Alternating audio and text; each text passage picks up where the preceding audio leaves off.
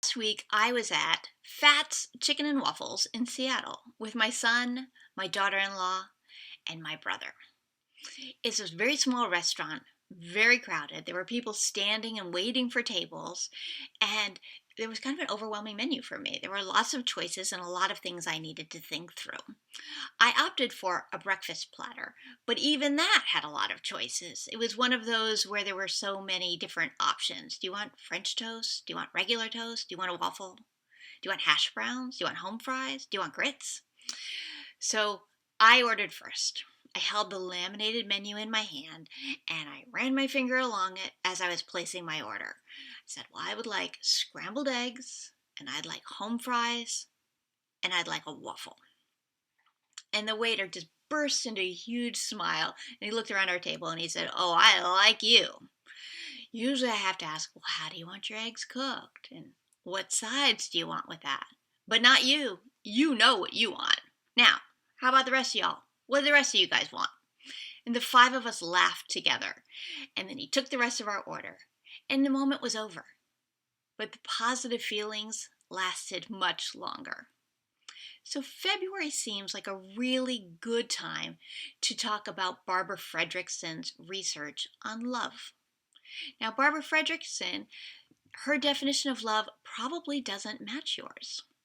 Fredrickson studies emotions, and she calls love our supreme emotion because it affects everything. It affects the way you think, the way you act, and all of the choices you make throughout the day. The things you think, feel, and do. So she defines love as a micro moment of warmth and positivity between two people, even strangers, who share a positive moment, a positive connection, like we did with the waiter. It doesn't have to be a big emotion. It doesn't have to be a lasting emotion. It just needs to be a moment where two individuals connect, two or more individuals. In this case, it was our group.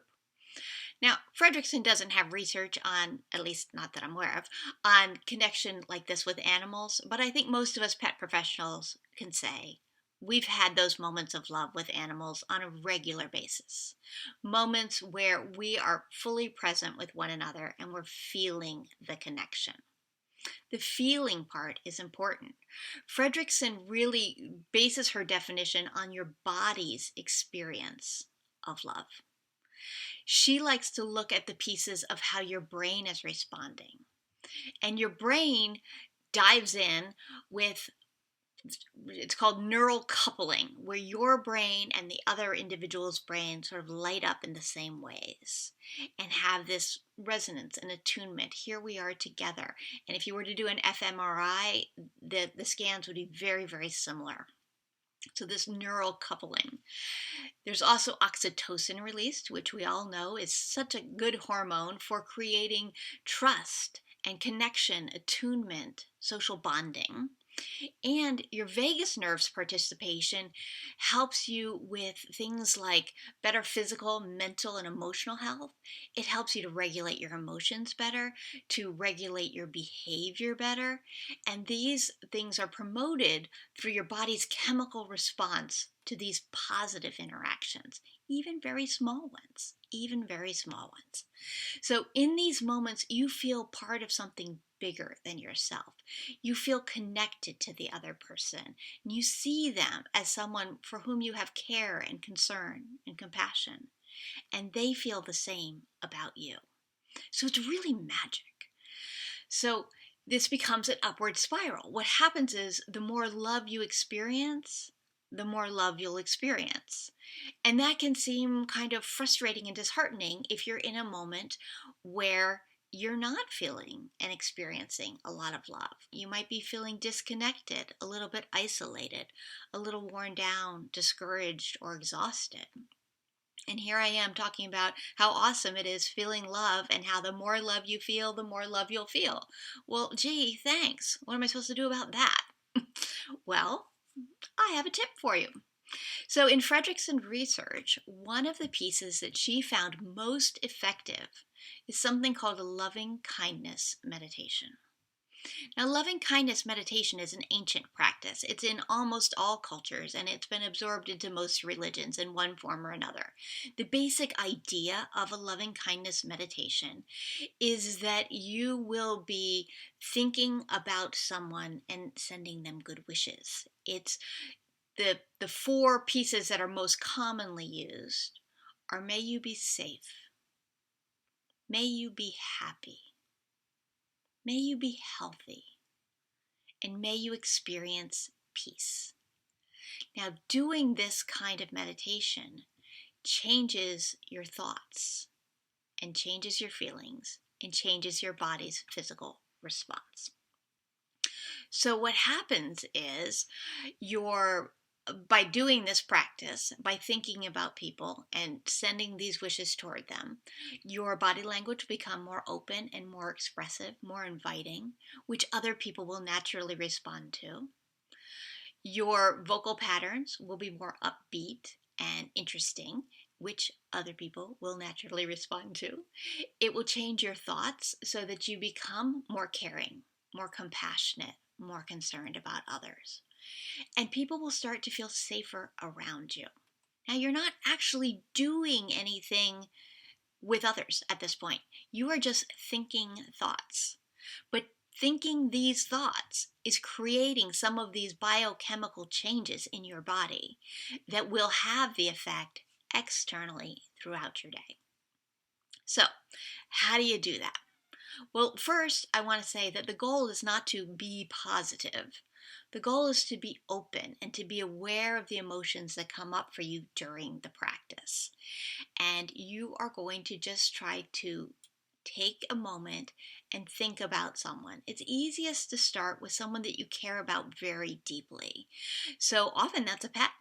Often it is an animal because you have fewer conflicted feelings about them, but someone that you care about very, very deeply, a friend, a loved one, an animal, anyone you can create these positive, tender feelings toward. And using your breath cycle, take a moment to just slowly think each thought, one per cycle. So, may you be safe. May you be happy. May you be healthy. May you experience peace. What comes up for your body when you think those thoughts? What do you notice? So begin with someone who you feel great tenderness toward, and then work through some other individuals, other people you know, perhaps a group, maybe your friends and family. You can do it as a clump. May all of my friends and family feel safe. May all of my friends and family feel happy. May all of my friends and family feel healthy. May all of my friends and family experience peace. So using these kinds of pieces will cause some of these biochemical changes in your body. You can also do loving kindness toward yourself. And what's fascinating in the research on loving kindness is that in many parts of the world, they start with giving loving kindness toward yourself because it's considered the easiest way to do it. And yet, in Western cultures, that's often the hardest place to do it. For many of us, sending loving kindness to ourselves and receiving it is a difficult piece, a more advanced move. So if that's uncomfortable for you in the beginning, don't do it in the beginning. Just start with those that you have very few conflicted feelings about and gradually work your way out. I often joke that I use it in traffic. And I joke about it, but I do use it in traffic. So if somebody cuts me off, in my head, I start with, may you be safe, because that's where it starts.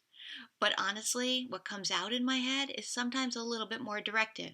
May you be safe. And then I can move through. May you be happy. May you be healthy.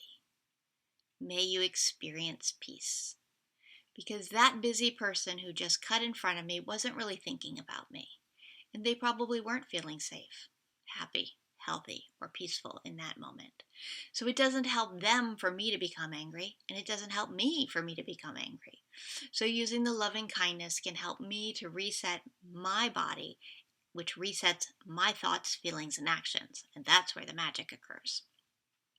Having those positive thoughts, feelings, and actions increases the odds that your interactions with other people are going to create these micro moments of warmth and connection that Dr. Frederickson talks about in her book, Love 2.0. So, Barbara Frederickson's work is very influential and life changing. Tell us how you create micro moments of warmth and connection with your clients. The more ideas you share, the more we'll all grow.